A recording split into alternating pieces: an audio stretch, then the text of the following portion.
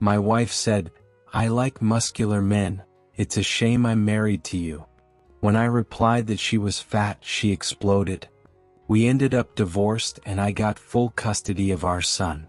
Darian had been acting strange in recent months, always complaining about everything. I'm 35 years old and had been married to Darian, who is 32, for 2 years. We have a 1-year-old son. I'm writing this because I need to sort out what happened and because, to be honest, I still struggle to understand at what point we stopped being the team I thought we were. I'm not looking to justify myself or paint anyone as an absolute villain. I just want to tell what I saw and what I felt as clearly as possible. When we got married, Darian was a different person. She had always been vain, taking great care of her appearance, getting dressed up even to go buy bread. That never bothered me. On the contrary, I thought it was part of her personality. I work as an accountant in a large company with long but stable hours. We never lacked the basics, and during the pregnancy I did everything I could to support her. I thought marriage had given us a more solid foundation, but over time, I began to notice changes that at first I attributed to tiredness or adjusting to life with a baby. After the wedding, Darian gradually became more explosive. She got angry easily, complained about minor details, and seemed to carry constant frustration. I tried to be patient, to listen to her, not to respond with the same intensity. I told myself it was normal, that being a first-time mother isn't easy, that her body had changed and her routine as well. Before our son was born, we had talked about how to organize ourselves. I suggested that, at least for the first few years, she stay at home. Not out of control or rigid ideas, but because my job allowed us to cover expenses, and I thought it would be calmer for her and the baby. Darian never agreed. Even before we got married, she said she didn't want to depend financially on anyone and that her dream was to have her own nail salon business. In the end, I gave in, not because I was fully convinced, but because I understood it was important for her to feel fulfilled. I rented a small premises 2 streets from the house. It was a good location, no long commutes, and it gave her the independence she wanted so much. I handled the contract, some basic furniture, and the permits. At first, she seemed enthusiastic. She spent hours planning colors, designs, promotions. I supported her, even when it meant adjusting my schedule to help with the baby. However, over the months, something broke. Darian started to become more distant with me. It wasn't just tiredness, it was an arrogant attitude, as if any comment from me was criticism. If I asked how things had gone at the salon, she answered curtly. If I suggested something practical, she took it as an attack. I began to feel like I was walking on fragile ground in my own home. After the pregnancy, her body changed. She gained weight, which is completely normal. I never had a problem with that. I never made a negative comment or comparison. On the contrary, I tried to make her feel she was still attractive to me. But Darian started blaming me for her weight gain. At first, I thought she was joking, a clumsy way of expressing insecurity. Over time, I realized it wasn't a joke. In more than one argument, she told me she was like that because of me, because of the pregnancy, the stress at home, having abandoned certain routines. I tried to explain that it made no sense to look for blame, that her body had gone through an enormous process bringing our son into the world. She didn't want to hear that. There was one fight that marked a before and after. It was a night when the argument escalated quickly. Darian, visibly upset, complained that she was fat because of me and that I should pay for her liposuction. I stayed silent for a few seconds, trying to process what I was hearing. Not because of the aesthetic issue, but because of how she said it, like a debt I owed her. I calmly replied that we could consider it in the future, when our son was a bit older. I reminded her that she was still breastfeeding and that undergoing surgery at that moment wasn't the most prudent. I didn't close the door on the idea. I just asked for time and common sense. That response angered her even more. She said she didn't want to wait, that she wanted it now, that she was tired of looking like that. The argument ended without agreement. I felt exhausted, emotionally drained. That night, I decided not to sleep at home. I crossed the street and went to the nail salon. It wasn't comfortable, but I needed space. I spent the night there, on an improvised chair, thinking about how we had reached that point. In the following days, the tension didn't subside. We spoke only what was necessary for the child. Every conversation seemed loaded with silent reproaches. It was then that I noticed another change. Darian spent more time on her phone, especially on social media. At first, I didn't pay much attention. I thought it was a distraction, a way to disconnect. Over time, I started noticing who she was following. Her following list began to fill up with fitness guys, men with sculpted bodies, gym routines, carefully curated photos. It didn't bother me immediately. I understood it could be motivation for her, something aspirational. The problem wasn't following them, but the quantity. There were too many, and her activity was constant. What really made me uncomfortable was when I recognized one of them. His name was Gary. He worked with me. He was the typical muscular colleague, always talking about the gym, diets, supplements. We were never close friends, just cordial office co-workers. One day, almost by accident, I saw his name on Darian's phone. She not only followed him, she liked almost all his photos and commented with fire emojis. That's when something inside me ignited. I didn't make a scene at that moment. I said nothing. I just observed and kept silent, trying to understand if I was overreacting or if something was truly crossing a line.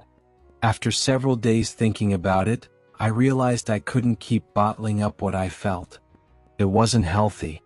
Not for me, not for our son, and though it didn't seem like it at the time, not for Darian either. My intention was never to provoke a fight. I wanted to talk calmly, maturely, as married people with a child in common are supposed to do. For several days, I rehearsed the conversation in my head. I repeated to myself that I shouldn't accuse her, that I should ask and listen. I knew Darian reacted badly when she felt attacked, so I tried to approach it from discomfort, not accusation. Still, something inside me told me it wouldn't end well. That day, I arrived home determined not to postpone it any longer. Darian was in the living room, sitting on the couch, phone in hand. Our son was sleeping in the bedroom. The scene seemed calm, almost normal, which gave me a false sense of security. I sat in front of her and said we needed to talk. I explained, in the most neutral tone I could, that I'd noticed she was lately following a lot of men on social media and that it was making me uncomfortable. I directly asked why she commented with fire emojis on Gary's photos, a coworker of mine. Her reaction was immediate and harsh. She looked at me with annoyance, as if I was asking an absurd question. Without raising her voice, but with a coldness I'd never heard from her, she said she did it because they were hot. Then she added that I wasn't the only one who'd gained weight lately, that I had too. She leaned slightly forward and finished by saying that, to be honest, I'd never been a very attractive man, but now I was worse. I felt like time had stopped. I remained completely still. I didn't know what to say or how to react. It wasn't just criticism, it was contempt. She'd never spoken to me like that before. Not even in our worst arguments.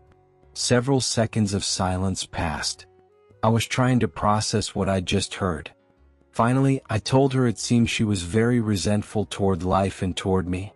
That I didn't understand where all that accumulated anger came from. I said it without shouting, but already clearly upset. That only made the situation worse. Darian mocked me. She told me not to get burned, that she was just telling the truth. That's how she liked men, and that's why she liked their posts. And then she said something that completely broke me inside. It's a shame I'm married to you. It wasn't a shout. It wasn't an outburst. It was a phrase said with total naturalness, as if it had no emotional weight. as if she didn't care at all about the damage it could cause. That's when I lost patience. Everything I'd held in for months came out at once. I told her that if that's what she thought, then we would get divorced. I didn't say it as a threat or to intimidate her. I said it because, in that moment, it seemed the only logical way out. She laughed. She openly mocked me. She said I was too cowardly to leave her. That if I did, she didn't care. That she was an independent woman with her own business and didn't need me for anything. That's what made me explode. I looked at her fixedly and said her business wasn't really hers. That I'd paid for the permit, that I paid the rent for the premises, that I'd bought the furniture. That she contributed nothing to the house. That the little money she earned doing nails she spent on food, and that's why she was fat. The instant I said it, I knew I'd crossed a line. Not because there wasn't some truth in it, but because I said it out of rage, not reason. Darian stood up abruptly. She grabbed a glass from the table and threw it hard at me. I had no time to react. The glass crashed against the wall and shattered. One of the fragments cut my forearm. I felt the burning immediately and then saw the blood. It started running fast. The cut was deep. At that moment, our son started crying from the bedroom. The sound was heartbreaking, as if all the chaos had concentrated in that cry. Darian froze upon seeing the blood. Her face changed completely. She went from anger to panic in seconds. She started apologizing, saying she didn't want to hurt me, that it was an impulse that she hadn't thought. I barely heard her. The only thing I could think about was our son. That she'd thrown an object violently while he was in the house. That she'd completely lost control. For the first time, I didn't just feel hurt as a husband, but worried as a father. In that moment, I thought something I'd never imagined thinking about the woman I married. That she could be dangerous. I didn't want to argue anymore. I went straight to the bedroom, took my son in my arms while he kept crying, and grabbed a diaper bag at random. Darian followed me, crying, repeating that she was sorry, not to leave, that we should talk. I didn't respond. I didn't trust that the situation wouldn't escalate again. With my arm bleeding, I left the house with my son. I needed to get him away from there. I needed him to be safe. I went straight to the doctor. They attended to me immediately. The cut required several stitches.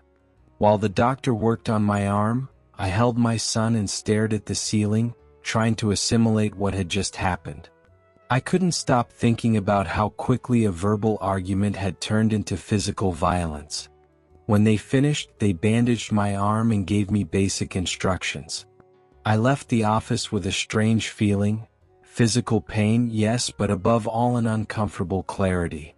Something had broken in a way I could no longer ignore, and this time it wasn't just between Darian and me.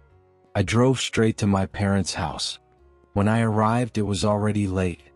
My mother opened the door and, just seeing me, knew something serious had happened. She didn't ask anything at first. She let me in, carefully took my son, and cradled him as if he were the most fragile thing in the world.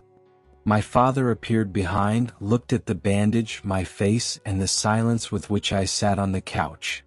He needed no more. That night I slept little. Not because I couldn't, but because every time I closed my eyes, I saw the glass flying, heard the baby's cry, and felt the burning of the cut.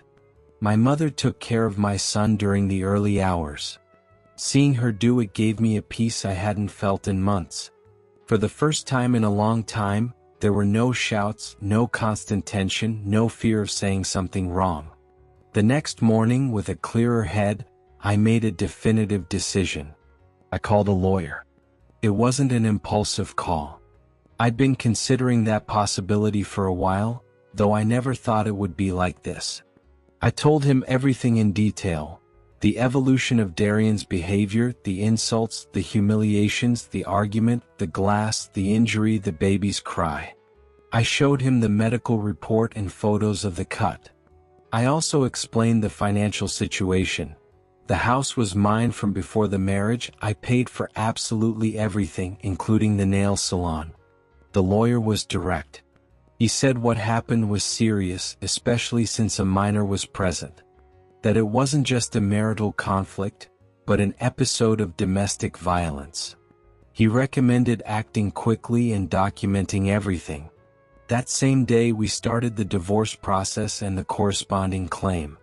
When Darian found out, she lost control. The calls started almost immediately. At first I didn't answer. Then the messages came. She went from asking forgiveness to insulting me in minutes. She said I was exaggerating, that it was unnecessary drama, that I was taking her son away. Then the tone changed. Threats began. She said she'd report me, that she'd make things up if necessary, that no one would believe me, that I didn't know who I was messing with. Each message was more erratic than the last. It was evident she wasn't thinking clearly. The lawyer told me something simple: don't respond, record everything. And that's what I did. Every call, every voice message, every threat was recorded. I didn't intervene, didn't argue. I just listened. It was hard but necessary.